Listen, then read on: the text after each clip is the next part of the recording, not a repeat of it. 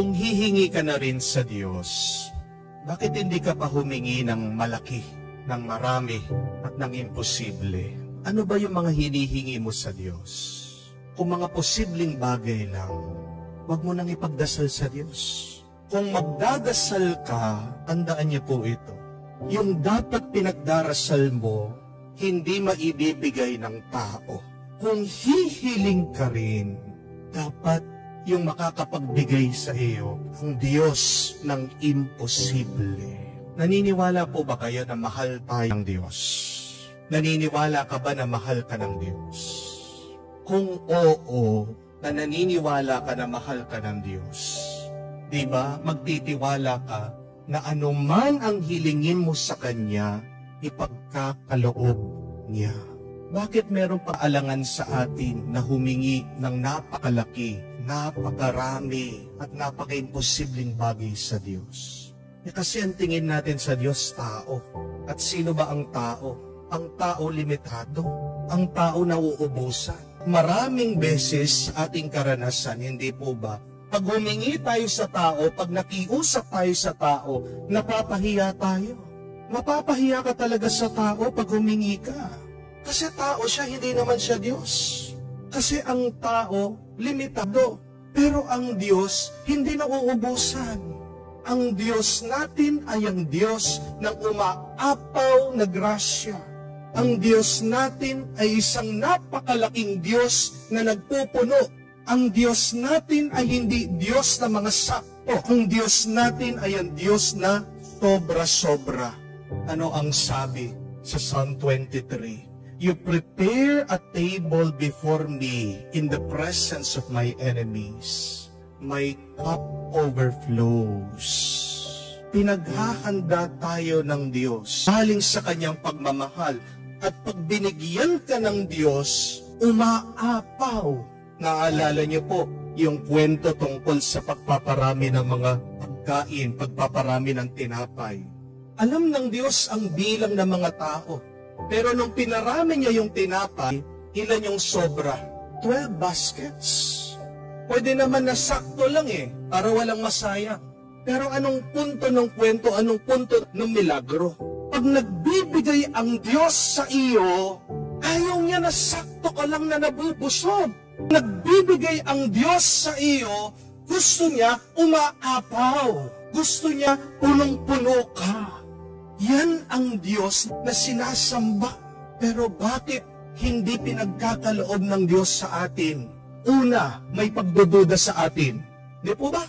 Napakarami sa atin humihiling, pero pagkatapos natin sinabi, pagkatapos natin pinagdasal, anong sasabihin natin? Hindi naman Nasaan na ang tagal-tagal? Naiinip tayo. But believe, God is giving you an overflowing grace. Wait for it. Maghintay ka. No matter how long, it will come. Ang laki-laki kaya ng hinihingi mo. Gusto mo agad-agad? Kung malaki, kung marami, kung imposible, marunong ka sana maghintay. Darating at darating yan. Kasi siya ang nagsasabi, humingi ka at ibibigay sa iyo. Maghanap ka at kikita mo. Humatok ka at pagbubuksan ka. Ano mang bagay ibibigay sa atin. Tapos hihingi ka ng mga maliliit na bagay. Sinasabi na nga sa iyo, kakalooban ka pag bibigyan ka. Bakit hindi ka pa humingi ng isang nakakamangha, nakakabigla, at higit sa iyong naiisip na grasya? Anong sabi ng Diyos din sa Salmo sa awit? Today I made you. Ask of me whatever. I will give you all the nations. I will give you all their possessions. Ginawa tayo ng Diyos. Anak niya tayo. Tingnan niyo ang pangako ng Diyos sa atin. Lahat daw ng bansa, lahat ng ari-arian, lahat ng kayamanan. Bakit hindi ka humingi? Dahil ba minsan humingi ka na-disappoint ka, nabigo ka, kasi hindi niya binigay dun sa oras at panahon na hinihintay mo. Sinong sumuko? ang Diyos. Ikaw, kasi nagmamadali ka. Kasi gusto mo agad-agad. Nasaan ang pananampalataya mo sa Diyos? Marami sa mga panalangin natin may sakit. Many of our prayers are sick. Bakit may sakit? Kasi mga panalangin silang may duda sa Diyos. Kasi mga panalangin sila na napakaliit, very temporary, mga posibleng bagay. Oo, hinihingi mo sa Diyos, Lord, sana makagraduate ako. Yun lang? Hanggang doon lang? Lord, sana makabayad kami ng utang. Yun lang? Ganun lang? Lord, sana gumaling ako sa sakit. Yun lang? Ganun lang? Bakit hindi mo hingin sa Diyos? Imbes sasabihin mo, Lord, sana makabayad kami ng utang. Sabihin mo, Lord, gawin mo akong isang successful na negosyante na nakakatulong sa mga tao. Diba? Imbes sasabihin mo, pagalingin mo ako. Bakit hindi mo sabihin, Lord, extend mo ang buhay ko, dagdagan mo ang buhay ko, para naman, hindi ko matulungan ng mga pamilya ko. Makakapag-serve pa ako sa simbahan. Makakatulong pa ako sa mga kapatid ko, sa mga kamag-anak ko. Bakit imbes na sabihin mo, Lord, sana makagraduate ako. Panginoon, bigyan mo ako ng galing, katalinuhan. Paano ko mapapabuti hindi lang ang pamilya ko, pero pati ang bansa, pati ang komunidad, pati ang barangay ko. How can I make people's life better? Di po ba mas maganda yun? Ask for something big from the Lord. Pray for big things. Pray for miracles in your life. Hihingi ka na rin. Lubos-lubusin mo na. Dahil tandaan mo, ang kinakausap mo, ang nilalapitan mo, hindi lang kahit sino.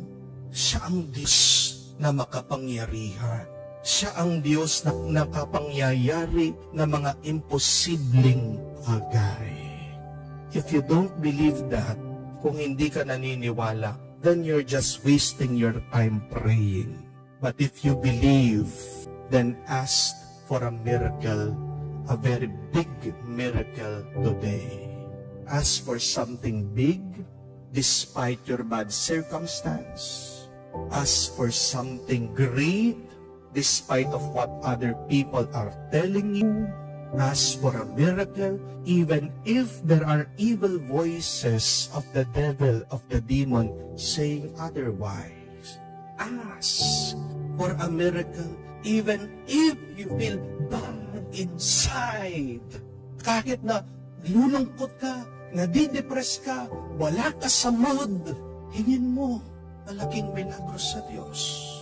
Maniwala ka, makapangyarihan ang Diyos at ipagkakaloob niya sa iyo.